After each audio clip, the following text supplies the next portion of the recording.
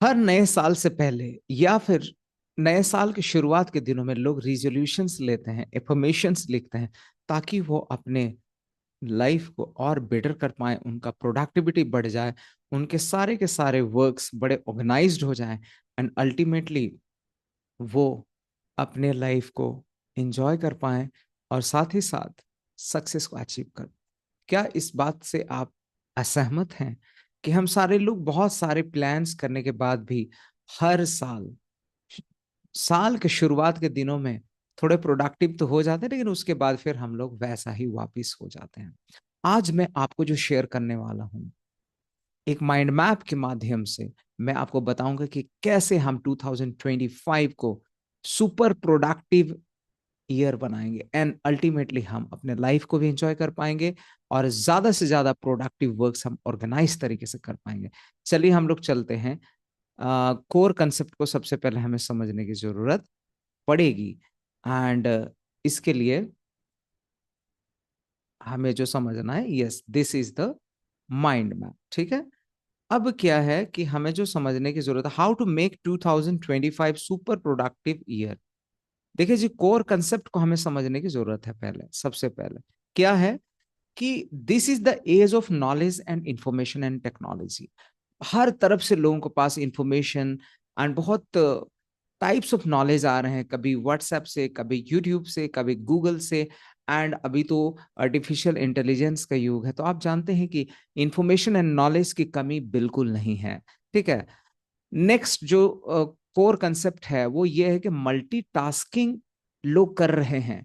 Right, even मैं भी multitasking करता था, लेकिन मेरे मेंटोर कहते हैं कि मल्टीटास्किंग लोअर्स आईक्यू। आपके आईक्यू को ये खत्म कर देगा, धीरे धीरे ये आपके आईक्यू को बिल्कुल डैमेज कर देगा। और इसीलिए मेरे मेंटोर कहते हैं, और इनफैक्ट किसी एक फिलोसफर ने भी कहा है कि multitasking multitasking lowers IQ and this is more dangerous than smoking और you know I mean yes smoking. Maradona कहा गया है, यानी कि मैराडोना या स्मोकिंग से भी खतरनाक चीज है क्या, मल्टीटास्किंग। लोग सोचते हैं कि हम जब मल्टीपल काम एक साथ कर रहे हैं तो हम ज्यादा कर पाएंगे, ज्यादा सक्सेस को अचीव कर पाएंगे, लेकिन ऐसा होता कुछ नहीं है। प्रैक्टिकलिटी में ऐसा बिल्कुल नहीं होता है। इसीलिए हमें मल्टीटास्किंग नहीं करनी चाहिए, हमें फोकस्ड होकर वर्क करना चाहिए। इसीलिए अगला जो पॉइंट है कोर कंसेप्ट को लेकर, that is change requires focus. अगर आप अपने जीवन को बदलना चाहते हैं, ब्यूटीफुली आप डिजाइन करना चाहते हैं, देन ट्रस्ट मी, टाइम सबके पास उतना ही है, आपके पास भी उतना ही है, मेरे पास भी उतना है, प्रीवियस ईयर्स भी इतना ही था। जो जरूरत की चीज है दैट इज फोकस, कि हमारा फोकस सबसे ज्यादा कहाँ जा रहा है। एंड हम कोर कंसेप्ट के बाद नेक्स्ट जो पॉइंट है उसको हम समझते हैं कि नॉन प्रोडक्टिव टास्क जो होते हैं, इसको हमें कैसे क्या करने हैं, कैसे मैनेज करने हैं। जैसे talking to friends, surfing internet, checking and reading emails, answering your phones, organising your desk, cleaning your office, refreshing Facebook feeds, responding to WhatsApp popups. ये सारे जो है नॉन प्रोडक्टिव एक्टिविटीज कहलाते हैं। तो नॉन प्रोडक्टिव एक्टिविटीज को हमें क्या करने की जरूरत है कि हमें इन्हें अवॉइड करना है। ऑफकोर्स हमें करने हैं, इनके बगैर हम रह नहीं सकते, because we are emotionally attach with non productive task. इसीलिए हमें करने तो है, फ्रेंड से भी बात करनी है, इंटरनेट सर्फ करना ही है। हम अपने ऑफिस को क्लीन बगैर किए रह नहीं सकते। हम अपने डेस्क को सफाई या ऑर्गेनाइज बिना किए या करवाए रह नहीं सकते। हम व्हाट्सएप पॉपअप्स को भी हमें रिस्पॉन्ड करना होगा। फेसबुक में जितने सारे फीड्स होते हैं उन्हें भी हमें रिफ्रेश करने की जरूरत है। एंड हमें ईमेल्स को चेक करने हैं, पढ़ने हैं, सब कुछ करने हैं। बट इन सारे नॉन प्रोडक्टिव टास्क को हमें बाद में करने हैं। सबसे पहले हमें क्या करना है, that is productive task. And productive task क्या है, like learning new things, making videos. जो जो कंटेंट क्रिएटर हैं उनके लिए बोल रहा हूं, ये मेरे केस में है। And content writing, exercise, yoga हो गया, या reading books in the morning, at least for 10 minutes और 30 मिनट्स, जैसा जितना आपके पास वक्त हो। राइटिंग डायरी एंड जर्नल्स, तो ये सारी चीजें, राइटिंग का स्पेलिंग थोड़ा मिस्टेक हो गया, कोई नहीं, चलता है, ठीक है। तो यस, सो ये सारी चीजें हमें प्रोडक्टिव बनाती हैं, इसलिए हमें इन सारे वर्क्स को करने हैं। लेकिन लेट मी टेल यू कि नॉन प्रोडक्टिव वर्क्स जो है, जितने टास्क्स हैं, उन्हें तो हमें इमीडिएट में नहीं करने हैं, बाद में करने हैं हमें स्पेयर टाइम में। लेकिन जो प्रोडक्टिव टास्क हैं, हमें करने हैं। लेकिन प्रोडक्टिव टास्क से भी ज्यादा जो इंपॉर्टेंट चीजें हैं, वो आते हैं किस कैटेगरी में? तो सुपर प्रोडक्टिव टास्क में। वो क्या है? जैसे कि वर्किंग ऑन योर माइंडसेट। आप अपने माइंडसेट के लिए क्या करते हैं? क्या आप कुछ करते हैं अपने माइंडसेट के लिए? Do you listen to any kind of affirmation और सेल्फ रिकॉर्डेड एफर्मेशन? कुछ भी हो सकता है। क्या आप गोल्स लिखते हैं? Writing goals is also very important in our life, जहां तक सुपर प्रोडक्टिव टास्क का सवाल है। रीडिंग एफर्मेशंस डेली हो गया, प्लानिंग द डे हो गया, आप अपने लाइफ को कैसे कैसे प्लान करते हैं, या वीकली प्लान हो गया, मंथली प्लान्स हो गया, ये सारे सुपर प्रोडक्टिव टास्क में आते हैं। एंड डेलीगेशंस टू टीम, बहुत सारे लोग ना हर चीज खुद करना चाहते हैं, खुद ही एंटरप्रेन्योर बनना चाहते हैं, खुद ही वो ना जाने क्या क्या करना चाहते हैं। इनफैक्ट वो खुद ही आलू प्याज भी खरीदना चाहते हैं, वहां भी निगोशिएट करते हैं, सब्जी बाजार भी खुद जाएंगे, एंड मिल्क भी खुद लेकर के आएंगे। सब कुछ अगर खुद करेंगे, डेलीगेट नहीं करेंगे आप लोगों को, आपने टीम मेंबर्स को, अगर आपके पास है तो फिर आप बताएं कि कैसे आप सुपर प्रोडक्टिव हो सकते हैं? It's almost next to impossible, ठीक है। तो इसीलिए आपको डेलीगेट करने हैं अपने फ्रेंड्स को, अपने जूनियर्स को, अपने फैमिली मेंबर्स को, जिनसे आप थोड़ा सपोर्ट ले सकते हैं।